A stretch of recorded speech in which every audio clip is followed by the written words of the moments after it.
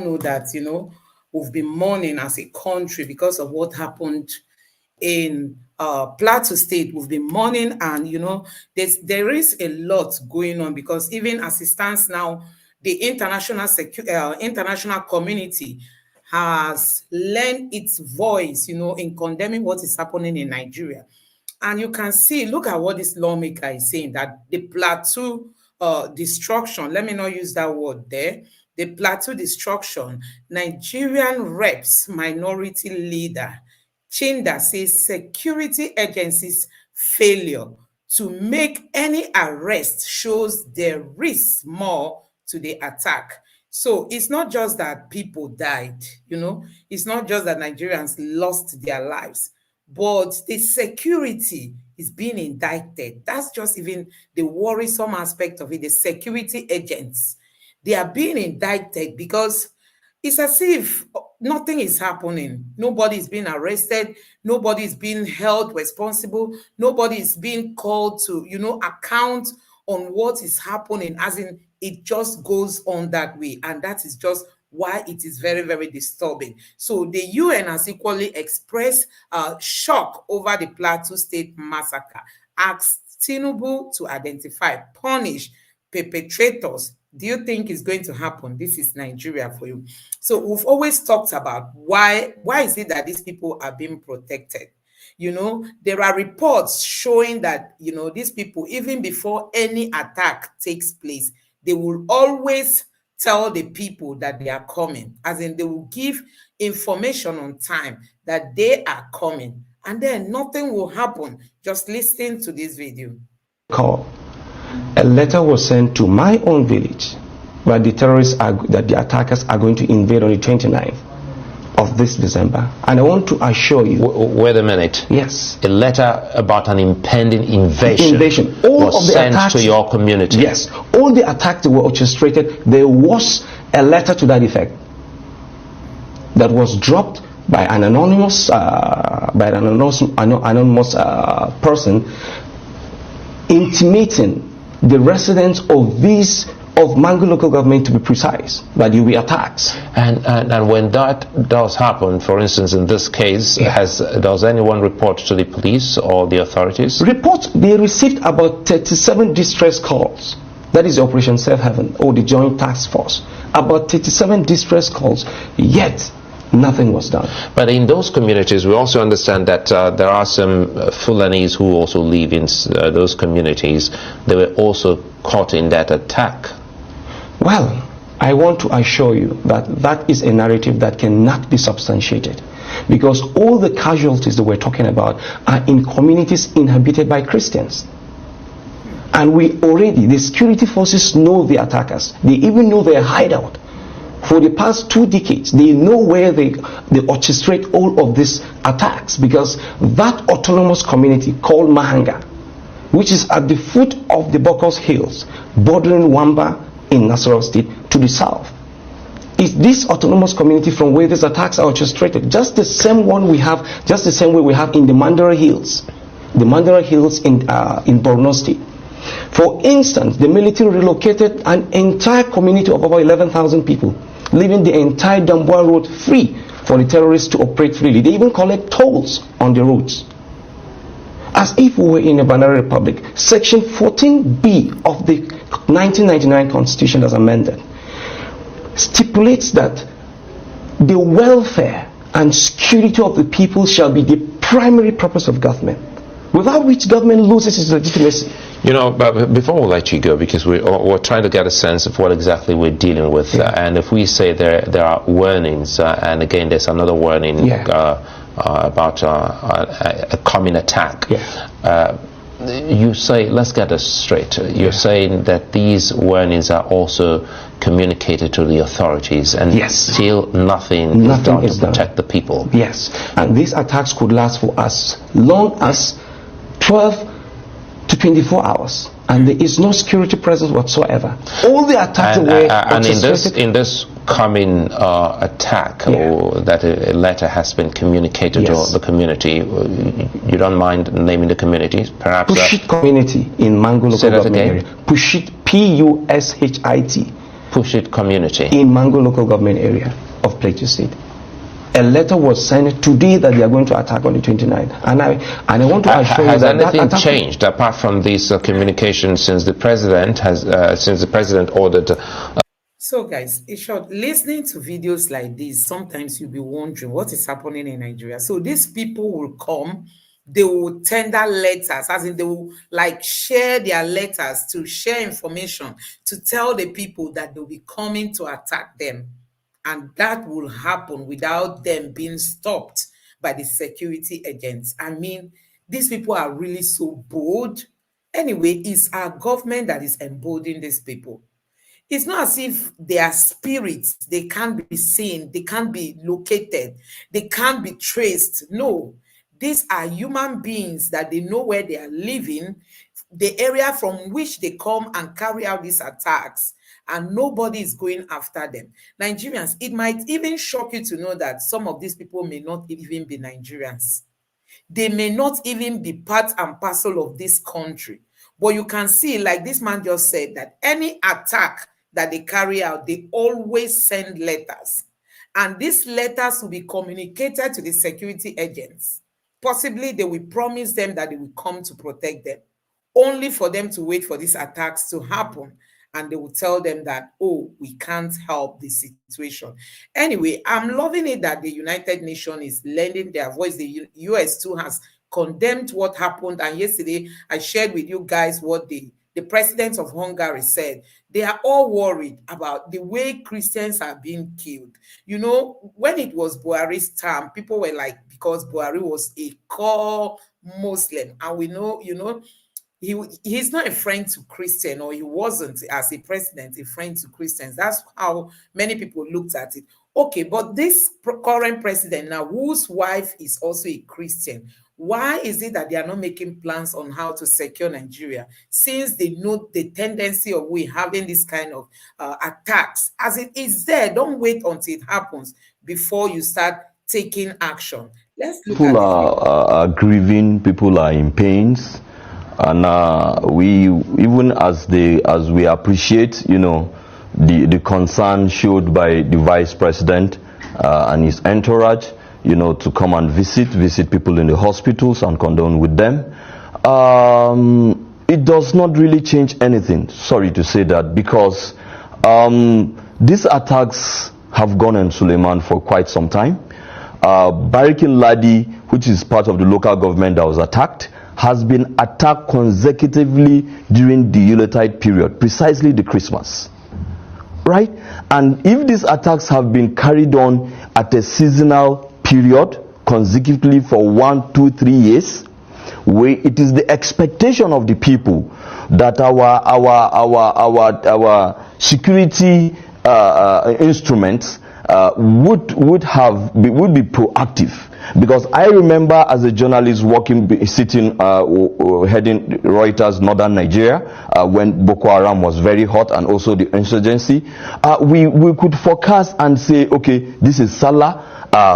Our reporters, our correspondents in Borno State, Yobe, Kaduna, and Plateau State, be out there, be on the alert, something could happen.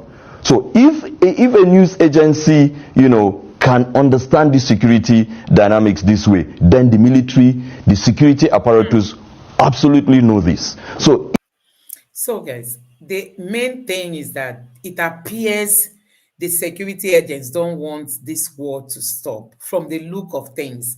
Because this man, look at the analysis he's giving, that as journalists, they expect things to happen at certain times, and they want to like position their men.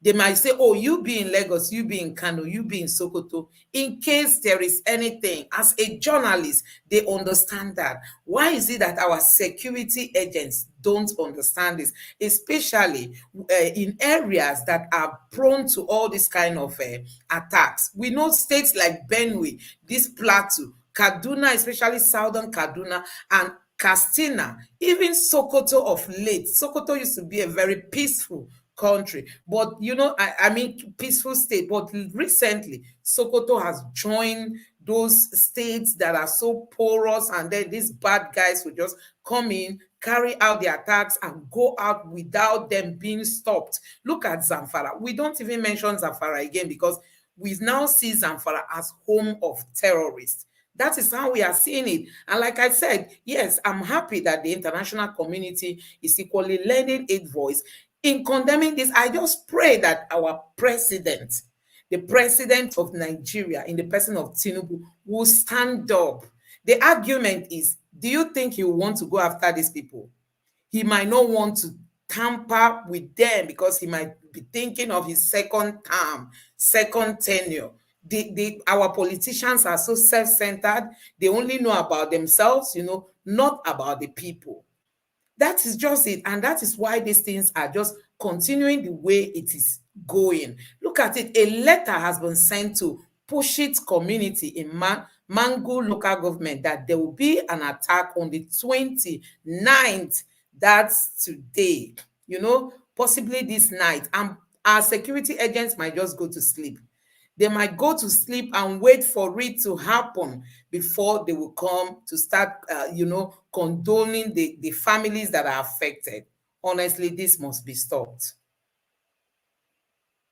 Nigerians have been reacting to Vice President Kashim Shettima's visit to Plateau State to condole the victims of the recent killings in 17 communities by terrorists. The Vice President, who was representing President Bola Ahmed Tinubu, was at Boko's, Bakin, Ladi, and parts of Mangu local government areas where the terrorists killed over 100 people and displaced many residents. Shettima assured the victims that the killings in the state must stop, adding that Tinubu will not relent in ensuring that the affected communities get justice and residents are safe. Well, Dr. Bati Rufai ayo this visit as it came at the right time. I applaud the Vice President for going out there at the time that he did. But of course, a lot of Nigerians are asking, why is it that this is the same rhetoric that we get? Every time we see these things happen, the government officials go out there. But I want to insist that this is a new administration, and I'm hoping that it's going to be different. One of the comments that we got online was the fact that President Bola Ahmed Tinubu has not visited. He is the head of the family at this point. When your child dies, you go and condole with the family and bury your children properly, correct? Everywhere, across the world, if an incident like this occurs, the first person that you'll see out there is the president. Rufai, I know you did make that comment, and yes. I would like to align with you because we want this not to be the same type of situation that we've been hearing for years. And also the fact that the governor of Plateau State, which I'll take as well, he did attend that jollificating visit, like you mentioned yesterday, with President Bola Ahmed Tinubu. He actually attended the party at the same time. It is not the right optics that we see here. I mean, that is the picture that was circulating, and he did come under fire. Let me take a DEC tweet before I come to you, Rufai. DEC wrote, #Plateau Massacre. The governors did not find it fit or right to visit Bokos in Plateau State, where over 120 people were killed and families thrown into grieving, but found it good to converge in Lagos and visit Bola Ahmed Tinubu. You see how upset people are. So, you see, and I made an explanation earlier on, and I say, you see, it comes from a place of mental hitherto torture. A lot of Nigerians have been tortured mentally without knowing. We come from a long line at first of colonialists. No, let me even chat a historiography. We come from a long line of culture where leaders are not to be challenged. In Yoruba culture, what do we call a king? We say Kabiyesi.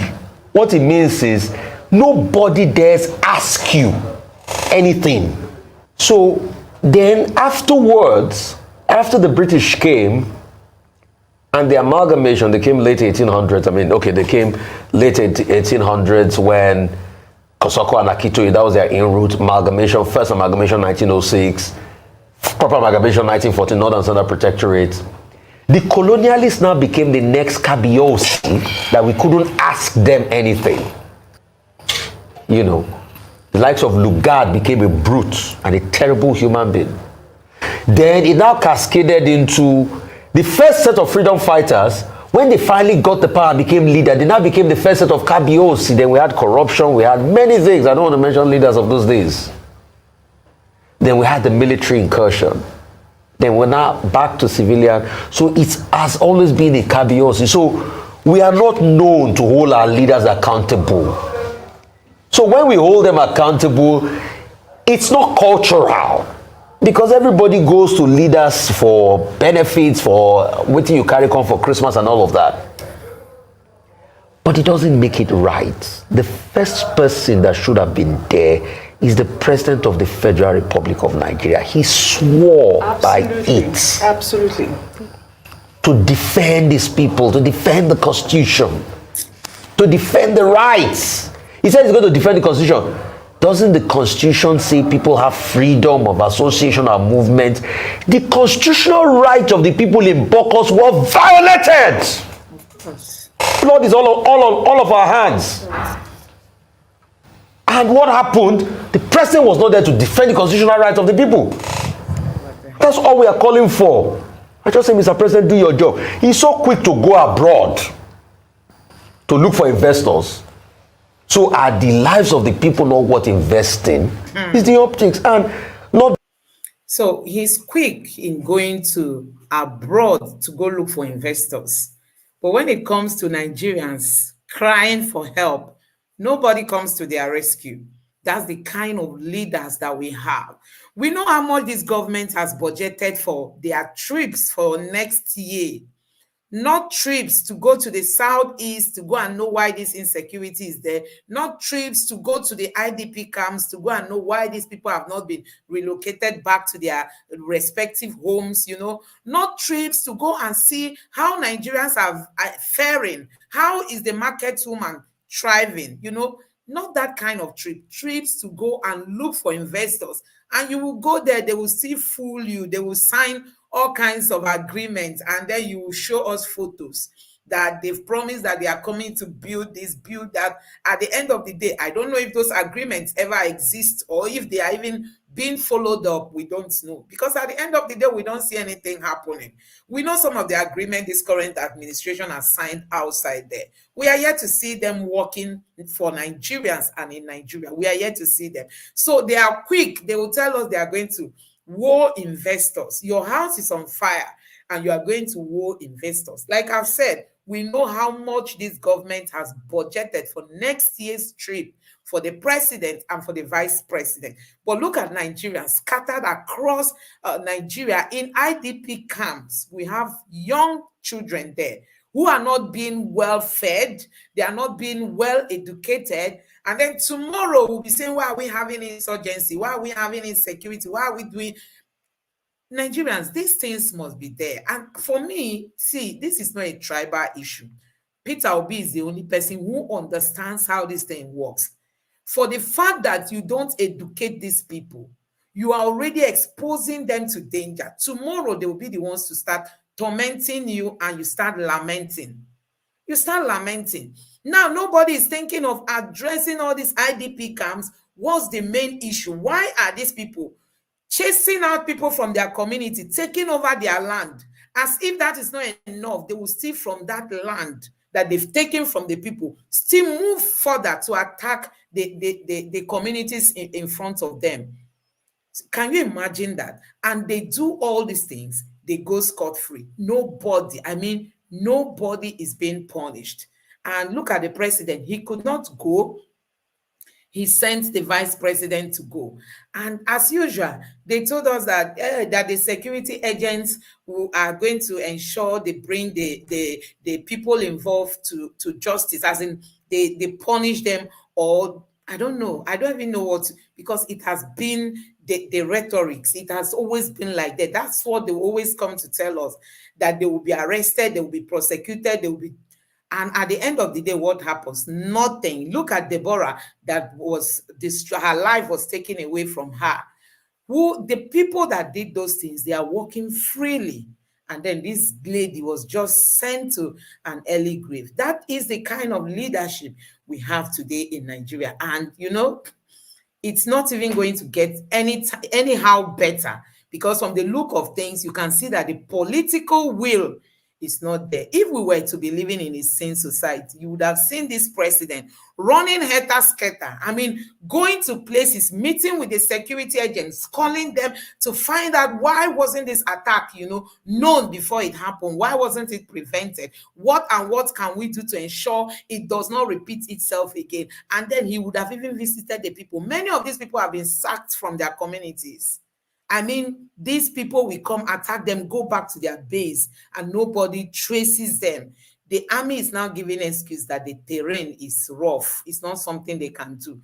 But you know, these guys, they can just, they know how to manage that terrain better than our military. So Nigerians, you can see that this is even bigger than we think. I mean, it's really bigger, because the government is not there to help the security agents. You don't see that proactiveness in them to ensure these things. You know that these communities are prone to this kind of attacks, especially during this Christmas period. Why are you not putting some structures on ground to prevent it? Why is the federal government not trying to set up some security guards, even like all these hunters or forest guards? And these were some of the promises that this president made.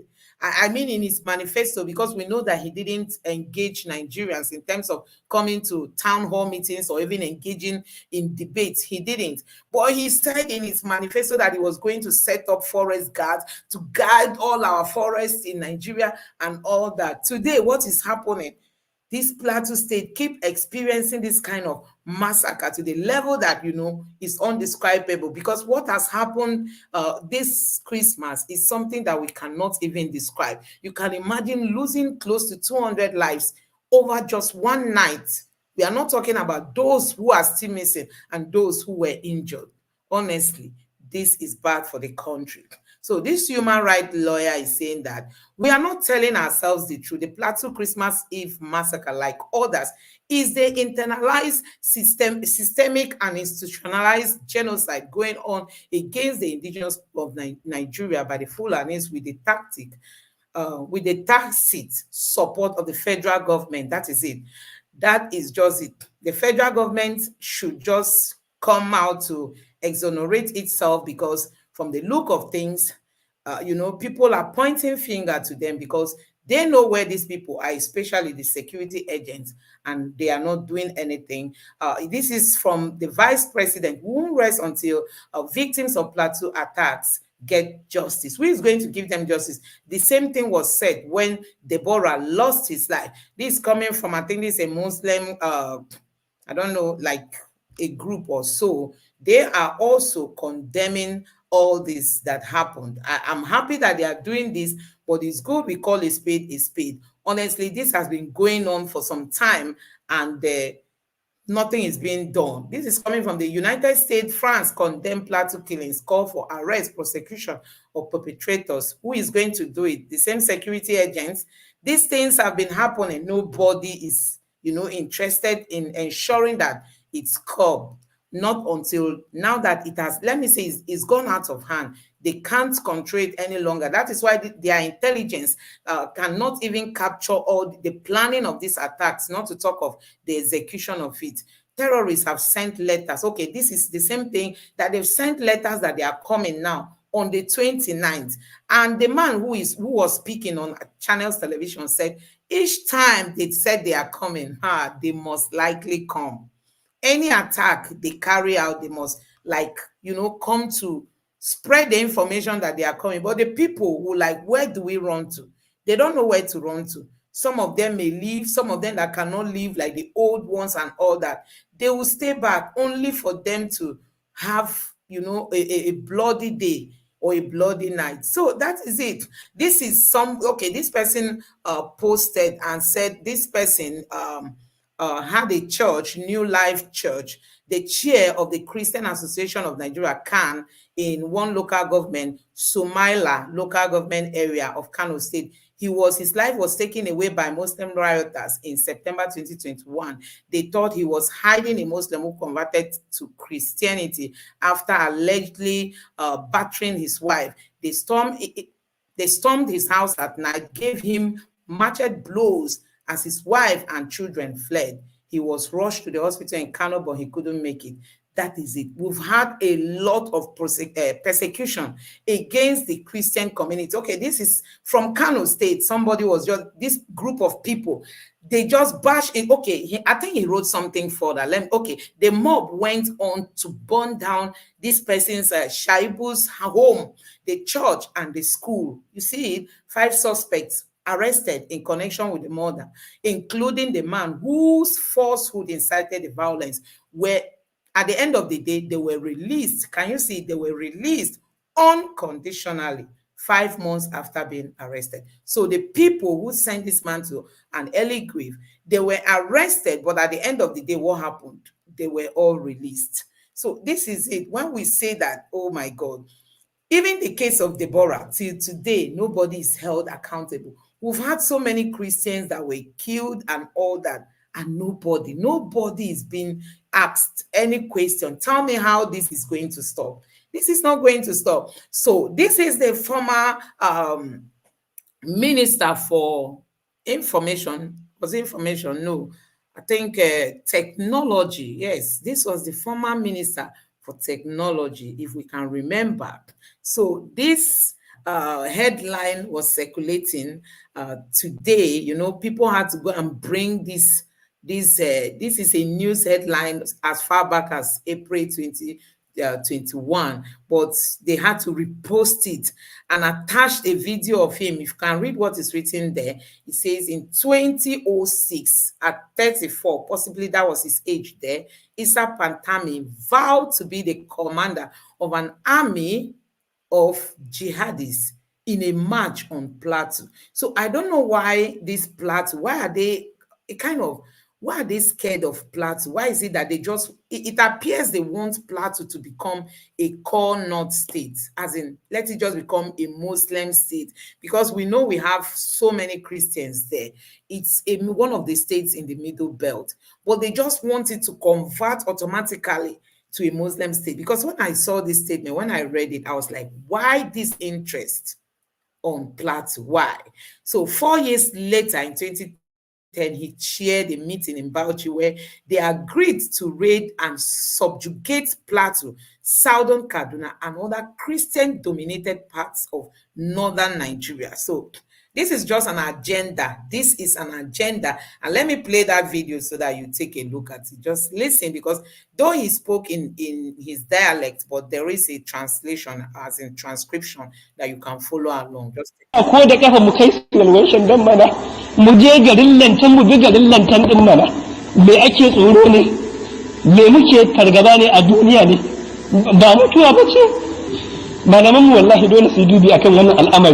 kwamiti da ake ba zai mana maganin abin ba a kawo taimako an ba wa 'yan gudun hijira miliyan 5-10 wannan kaskanci ne mu haɗu a garin mana a shiga mota inda kafa ne daga nan zuwa lantan wallahi za mu je da kafa menene abin da muke yi ne in ba za su yi ba malamin da ke karantar da mu ba ma so mu ketare iyakar su ne muna respecting din su ne muna jiran su ne in ba su da lokaci wallahi tallahi na amince zan zama komanda wallahi tallahi a ba da iko wallahi zan jagoranci tafiyar wallahi zan jagoranta a gayyata wallahi mu mai da kowa gidansa duk musulmin da ke yamini duk musulmin da ke yalwan shandam duk musulmin da ke garkawa na yi alkawarin zan wuce gaba kowa ya koma gidansa ya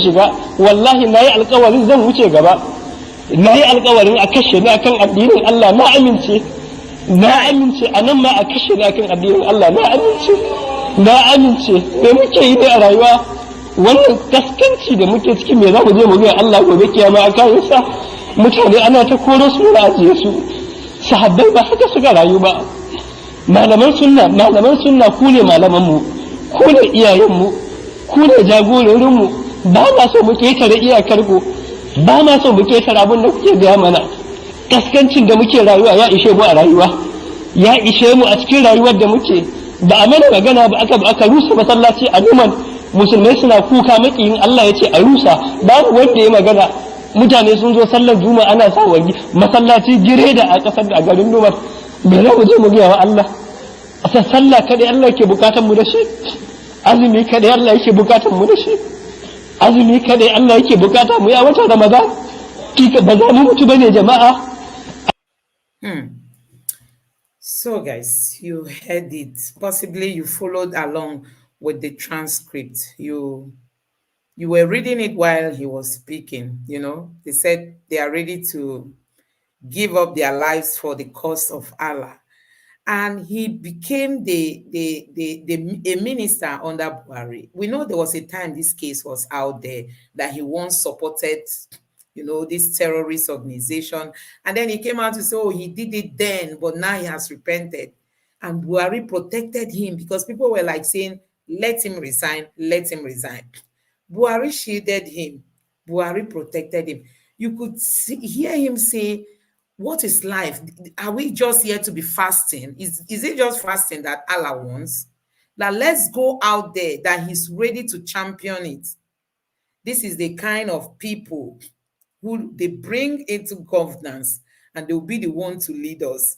After eating and whining with the bad people, they will still come to hold a very sensitive position. Minister for Technology, that was what the position he held then. When we were talking about people, you know, registering their SIM cards, some people were worried about their information and all that. It's because people were not confident with the person who is in charge. So that is it. That's to tell you that there are a lot of people who are happy with what has just happened in Plateau State, but they will not come out to say it because these people, they are reducing the population of Christians, and then they are increasing their own population, especially in the north. They just want to ensure that they squeeze out, the life out of the people who are Christians but living in the north. It pains them. We saw Governor Rufai, the way he even spoke about the Christians. He spoke about them in a disrespectful manner. And you begin to wonder, tomorrow this person will come out to tell us he is going to contest to become the president of Nigeria. And you know, with INEC on his side and with all that they have around them, the power, the influence, the judiciary, you can't say it's impossible. You can't. That is it. Even this person who has just spoken now, tomorrow he might want to run for presidency, and you will see it happen. Nigeria is just one country. When they say we are smart, we are smart. Yes, we are smart people. But there are areas that we are supposed to implement that smartness, but you don't see it happen. The kind of people we have today in leadership, you know, the kind of, even the vice president that went to Plateau, is he not the one that people have been calling out that, oh, he's part of what gave birth to Boko Haram, he's this, he's that, he's the one that caused that. He was there when he started. They are the people that, I don't even know whether, will I say that laid the foundation? I don't know. Let me not go, say what I'm not sure of. But I'm trying to say that, before the election, people came out to say, oh, this person and Boko Haram and all that. But today, he is your vice president. That's to tell you how the Nigerian system works. You can do anything and make away with it, as in nobody will question you. And then after foiling your hand, you can still come to become the president of Nigeria. That is it. And that is why these people are so bold to do what they are doing, because they know nobody is going to question, their action. So this is it. I have this video, but I don't think it's necessary playing it here. The guy that set Deborah, ablaze. Look at him. He said, yes, I did it. I did it. You can see the matchbox I used in doing what I did. You can see it. So this person tweeted this today and was saying that until this guy is brought to face the law,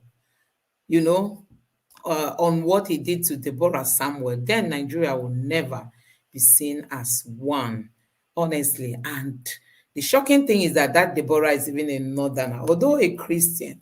And we've just seen that Christians in the north, they are going through a lot. And yesterday or day before, I cited an example that look at countries like Dubai. not a country, as in look at Dubai on its own. Just look at Dubai. They are opening up.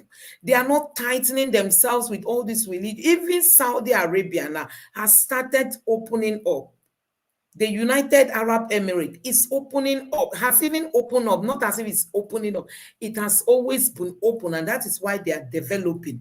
People from the United States will go there, they will feel at home. Any part of the world that you come from, you will go there, you will feel at home. Why is it that it's only in Nigeria that you look at Sharia law, even has more power in the north than the Constitution of Nigeria, and nobody sees anything wrong about it? You will see somebody will be a kind of sentenced to death and all that because of he went against the Sharia law. The Sharia law is even being more respected in the north than the Constitution of the Federal Republic of Nigeria.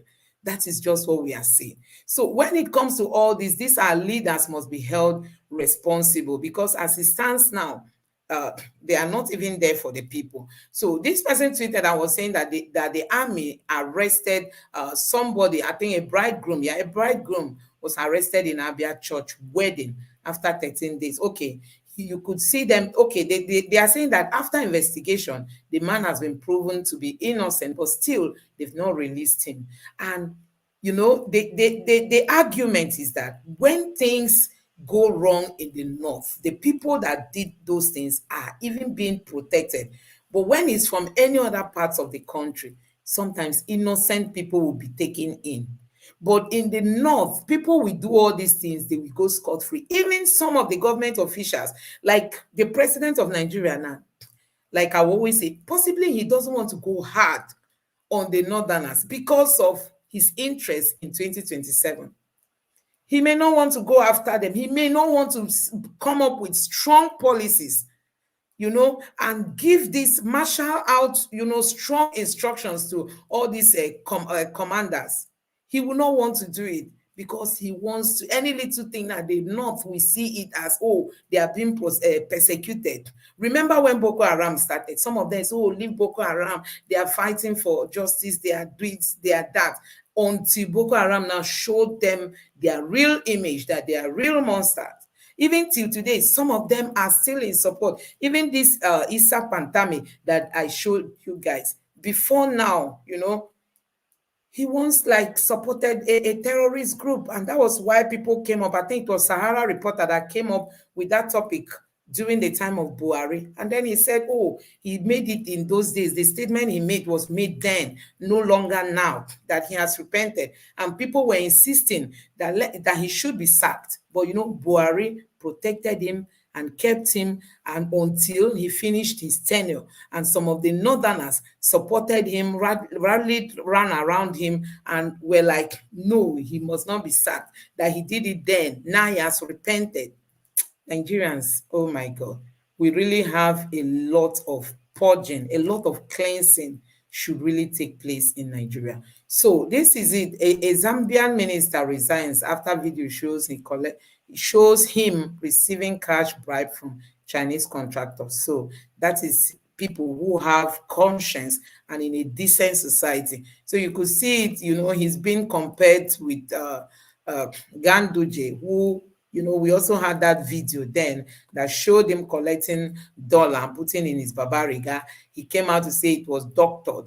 But, you know, people who put this together, they are just telling him that, oh, Mr. Man, you did the same thing and you didn't muster that boldness to even resign. But look at a young guy, you know, he knew that he did it. He didn't want to argue about it. And at the end of the day, he resigned. That is it. So during the time of Ganduje, Buhari was the one that protected him and said, oh, that video appears not to be real. And that is why I just keep saying, the northerners, for me, it appears they own Nigeria. They commit, it does not even, as in, they are not punished for whatever they did. You can imagine if it were to be an Igbo person, you know, that that video showcased him. It's not all about tribe. I don't even like to talk about tribal issues. But you can imagine if it were, oh my God, it would have been all over the places that he or she must be sacked. I mean, the northerners would have championed it. That is it. But you can see it happening, and nobody is being held responsible. That's why this killing in the Plateau and other parts of Nigeria is not going away anytime soon, because we don't prosecute those who are responsible, those who are caught in all this act. So Navy accuses the personnel of colluding with criminals to perpetrate oil theft. Anyway, this one we know. Peter Abia has always said it, that it's government officials, it's government that steals the oil, because an ordinary person cannot do it. 9 arrested in Sokoto for making pillows with used diapers and sanitary pads. You know, this arrest is just to make headline, because at the end of the day, these people will be freed. It's only in the South that you even have innocent people, just like, you know, this is coming. This has to do with Wike and the Fubara's issue. The PDP is insisting that the seats of the lawmakers who defected to the APC are still vacant, so an election should hold to replace them. So I don't really know how this is going to be managed, but I think if we should follow the constitution, the PDP is right. But you know, the environment we are in Nigeria. We are in Nigeria. Like this guy sang, this is Nigeria. So this is Nigeria. Anything can go. The judiciary, as in the constitution, can be trashed out at any time. As in, they can just abandon it and do whatever they want to do. We all saw what happened in Enugu State, how the governor of Enugu State remains the governor while he submitted a forged NYSC certificate. You know, they are now telling us that the NYSC certificate is not needed. For the fact that you submitted a forged document, it's already something to disqualify you. But now they said NYSC is not a criteria for one to be, you know, to be qualified to run for that position. That's what the judiciary told us. So guys, let's just quickly take this video, finish up what Ojoke was saying, and then we'll be rounding it. Say kudos to the vice president. A lot of people have made the argument that the president and the vice president is... No, I'm sorry, I don't buy the argument. It's the president people voted for on the ticket. Yes, absolutely. He's the head of the ticket. When they returned presidential candidates in the election, they returned Bola Ahmed Tinubu first. Yes, the vice president, yeah, but he's the one they voted for. Yes. So please, I think this should be the last time in time of national crisis we're calling our leaders. Some have even further made the argument that the president Buhari go to a war. So I now look at that argument. So Buhari has become a standard. Yeah. No, I mean, is that the standard we want to set? It's a new administration we expect. It's got to be different. And for Governor Mofwanga is jollificating and all of that. He should be careful. I beg him, he should be careful.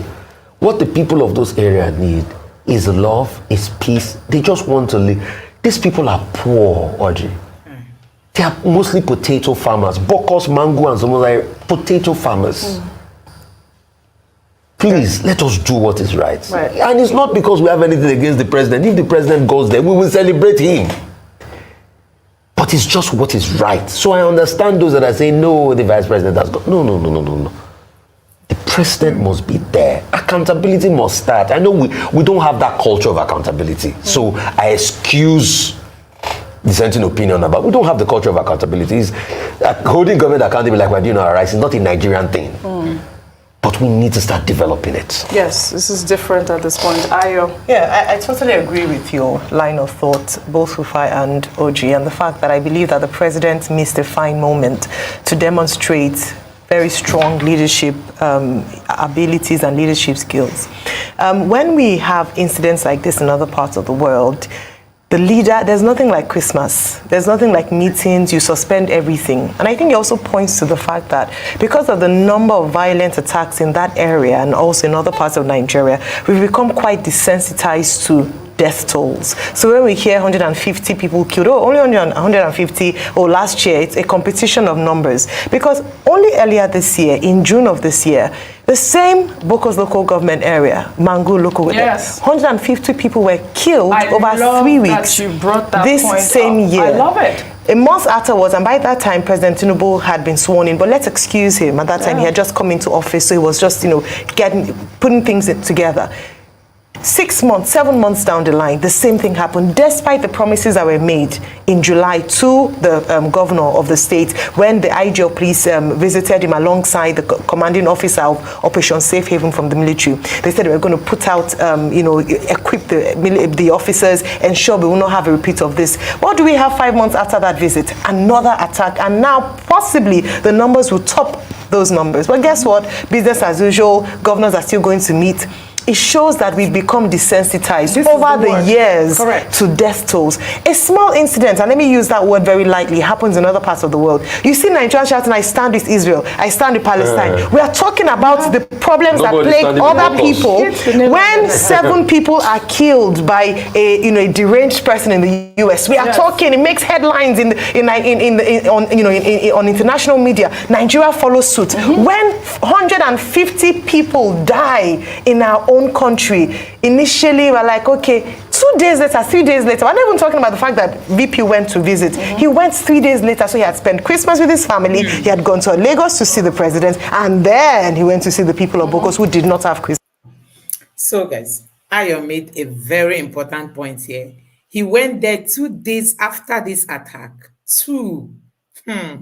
You have close to, I think the number now is 162 or close to 170 persons.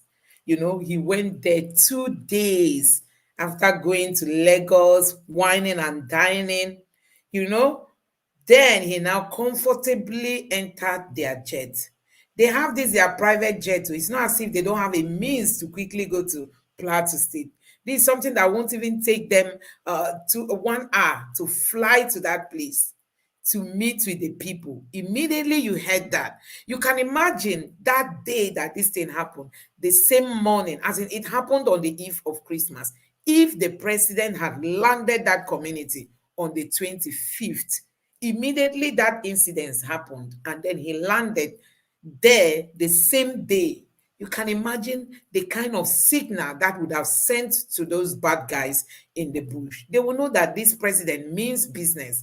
But this information came, it was all over the social media. The communities in Plateau, they are bleeding, there's blood everywhere, this and that, on the eve of Christmas, there was an attack, and the news was all over the places. But, he was just in Lagos. He landed in Lagos. We heard there was traffic jam everywhere, siren, and people were, as in, mourning because their beloved ones, their lives have been cut short.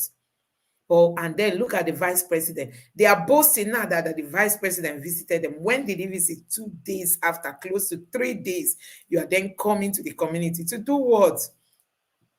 To do what? And he's promising that, that justice will be served. Who is going to serve the justice? We don't know, because all the ones that have been happening, there hasn't been any justice. But I love the fact that Ayo pointed out that he's even coming there 2 days after. He must have finished jollof rising and, whining and dining and all that. Then he now deemed it important to start going to Plateau State when everything, the tension has even been brought low. If he had got there at the peak or the height of that morning, sorrowing, among the people, that would have made more sense. But these are leaders. They are not strategic at all. You will get to know that they don't have empathy.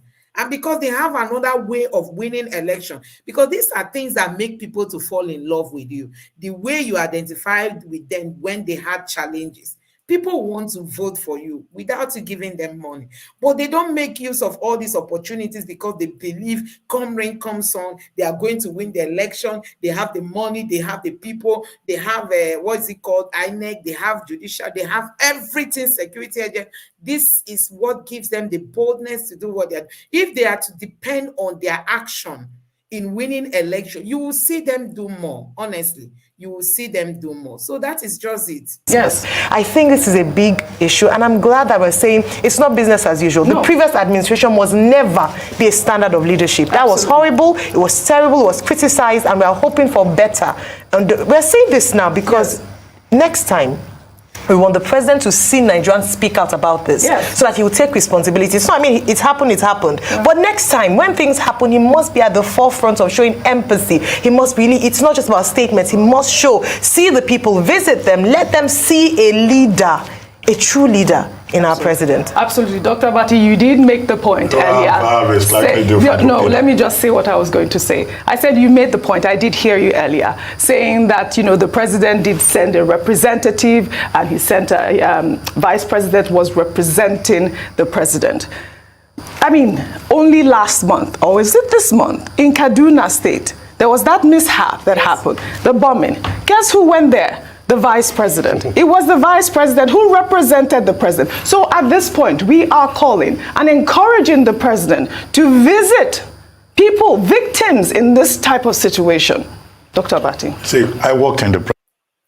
Anyway, I don't really want us to go much. Dr. Bati was like justifying the fact that Tinubu didn't go to see these people. For him, it's nothing wrong. There's nothing wrong in it. That for the fact that the vice president went there is just enough. That's what his take was like. So I don't really want us to go into that. But what we are saying is that honestly, these people have to sit up. They have to sit up. Leadership is not just by talking. It's do as I do. And not just do as I say. We want to see more action. If they really know they are there to represent the people and to protect the people. We need more action and doing it at the right time. So let's move on to other things that has to do with leadership. So I want you to take a look at what is happening in Governor Oti's government. He has come out to say that before now, money was being shared. But now that they don't have access to the money, they want to crucify him. But he's happy that he's using the money for the people. Honestly, you need to see that Abia State is changing. To rebuild it. As we do that, we have no doubt that a lot of people who are uncomfortable with our style will fight. But just like recorded in the Bible, they will fight you. But at the end of the day, they will lose. Yes. So we are not afraid of people coming to fight us. But we know we are standing on the right path of history. And we are ensuring that our money, collective money, is used to develop our state. Gone are the days where the monies of the state were shared to individuals. Gone are the days when the money of the state were shared to individuals. People were the ones collecting the money that belongs to the people of Abia. People they call stakeholders. So part of the fight that you see is because we are not sharing money to stakeholders. And the earlier they decide on what next to do, the better, because we will never share money. But I'm very happy that you can see. Thank you. You can see what your money is doing. Those monies that never existed, somehow they have come out. So you could hear what it said, that those money that never existed, all of a sudden they are coming out, meaning that Abia State has money, but this money were being held by people. Now they don't have any room for that again. They don't have that opportunity, So there are a lot of money for him to execute some of the projects he's already doing. That's just what he's trying to say. We are using them to work for you. Yes. So I'd like to call on you to continue to support this government, like my friend and brother Chidi. And I'm sure that in no distant future, that this place will be the destination for every sector, whether call it business or tourism. Yes, so Oti is that one man that every other governor in Nigeria should go emulate. They should go and see what he's doing for the state. Today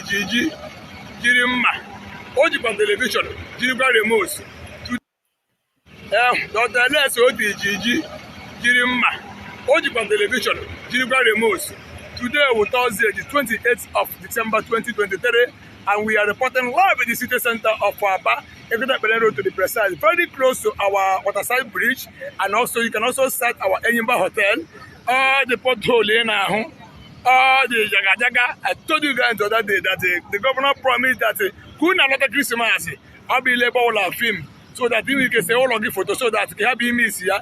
Say road for can be miss also because Oga everywhere. That is his promise, and he's living up to the expectation Our name is today, Thursday, the 28th of December 2023. Then I got truly that the governor Gigi Kwama on your way.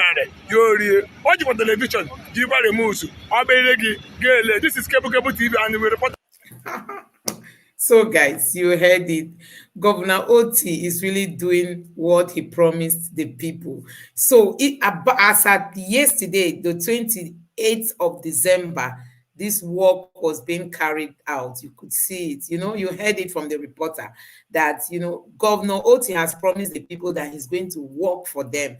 And that is exactly what he's doing. So, these are some of the roads. There are lots of projects going on in the state. And, you know, Oti has proven to the people and to Nigerians, especially to our politicians, you know, that leadership is not rocket science. I mean, leadership is not rocket science. Let me allow you listen to what this Tinubu supporter is saying. He voted for the APC, but he's regretting now. We are suffer. People are suffer. A lot of people are suffer. Aye you need that every power yen. Give a senator they are doing meeting. Senator won't buy car for 160 million. For what? 160 million because the road no good. They won't buy car. Who they do road? No be senator they do road. We are going to enter streets. We are going to block everywhere. Nigeria they suffer. Now APC we do. We fought for APC. We campaign for APC. But we are suffer. Anything you want to talk am. Now Almighty God, Almighty Allah will punish all of you. Inshallah.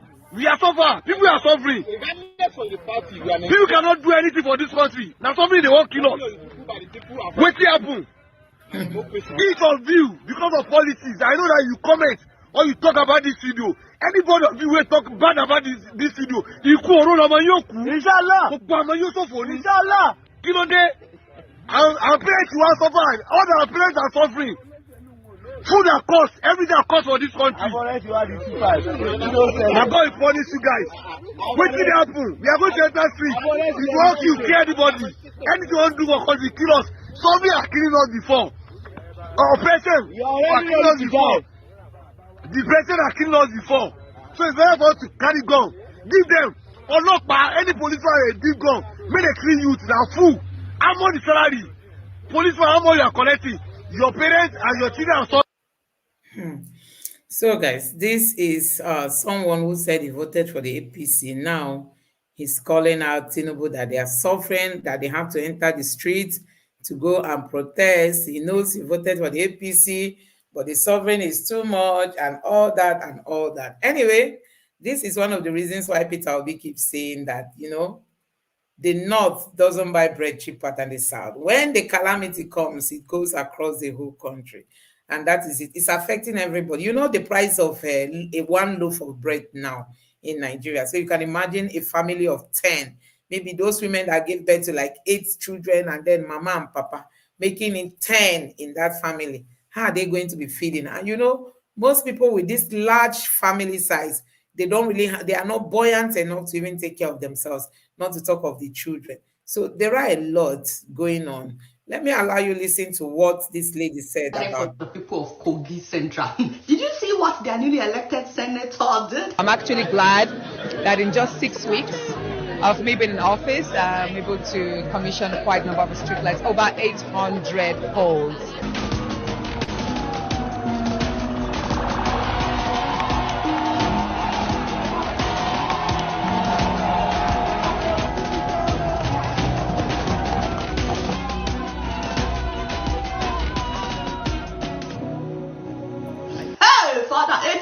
Street lights within 6 weeks of being commissioned. The devil is there. So this thing is possible.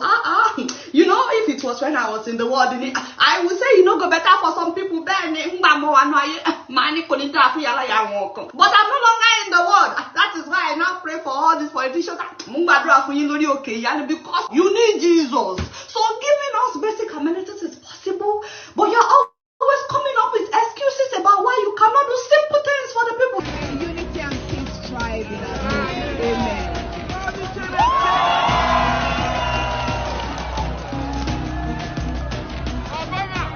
Once leaders will, you'll find a way. Like I said, I found a way of putting this project in, and I got the federal government to approve of them. Hey, see your life, see your life. The best part, my people, is that these lights are solar powered. Solar power, I knew. I confirmed with the senator myself. It is not an up NEPA, down NEPA project. These street lights have come to stay. Market women are able to keep their shops open till late. School children are doing homework under the lights. You need to see people praying for Natasha. Right now, from the moment the street lights were up, that's about a week now, we've seen commercial activities run into the night. Even in Okene market that we were, I was told that the very first night that the street lights came on, that the market stalls were open till midnight, till 12 a.m. They didn't have to go home into the dark. It do light for us. I like them. That's why I have to dance. I like them well. Everybody, go the youth, go the adult and the children, they are rejoicing over the street light. You see, the rest of you, so you Tinyene, I don't know, are your eyes not pushing you? Don't you want people to pray for you? Where is Uncle? You know, by the way, open you were doing one-legged bridge like that, makeshift bridge that allows only one car at a time. You were busy buying cars, a bridge that you cannot drive down any of your fancy cars over. Then you wanted to be governor. Uncle, don't let me. By the way, Colin, who is my senator? Ben, the one representing my district. But that's Adiki. Hello, but that's Adik. So guys, honestly, leadership is very simple. If you are not greedy, you'll be able to serve the people and the people will love you. Look at this lady. Let me just say she's new into politics, but you can see the crowd she's already pulling, because even before she secured this senator seat, she has been helping the people, doing all kinds of work for the people. But we saw Yaya Bello's style of election during the last election. We saw the style. They want to grab power by force. They want to snatch it, grab it, and run with it. We saw the way, the sitting governor of what is it called, of Kogi State, the way he ran the election. We had result sheets already filled even before elections commenced in the state, because they wanted it at all costs. And at the end of the day, the person that his godson won, and when he got the certificate of return, he came, knelt down before Yaya Bello and presented it first. Saying, oh, Nigerians, who has enslaved us like this? What kind of slavery are we into? So oh my God, what is just happening across the nation, especially with this APC party, is unbelievable. Honestly, it's unbelievable. So we look forward to a new Nigeria. We will just keep saying it, that a new Nigeria is possible. Nigerians, let's not give up. It's possible. It's possible. Look at, I think, Gambia, that voted against a sitting president. It was hot, They voted against a sitting president. That would have happened last election, if not for INEC, if not for the judiciary. I tell you, people were ready to vote out anything that has to do with the APC so that Nigeria can know peace. Because the kind of leaders we have in the APC and the PDP, they can't help Nigeria to move forward, honestly. And that is why we keep encouraging you guys, please don't relent in this fight. We are going to come up with victory. I mean it. But it will take time. So this forthcoming election, since the APC has already started planning, let's not relax. I will always say, obedience across the nation. Start coming together, talking to people, start, strategizing ahead of whatever is going to be coming soonest, because this government is almost 1 year in office. Before the second year is over now, we'll start talking about next election. It's not long, and you see that 2027 election is going to be holding. So guys, we are going to end it at this point. I really want to appreciate you guys for staying with me till now. Thank you so much for your presence. Please do well to like this video, subscribe to the channel, turn on the notification bell. And when you click on that notification bell, it gives you option. You chose the all so that you get all our updates. I don't take your presence for granted. I really appreciate you staying with me till this point. So we are going to end it here. You can also support the channel by joining the join. There is a join close to the subscribe button there. You can join. That's trying to for us to build a community where we can all come together. You can also buy us a cup of coffee. Beneath is the sticker for Super Chat and Super Sticker, close to the comment section. Thank you so much for your presence. Let's meet again tomorrow. Good night and God bless you. Bye.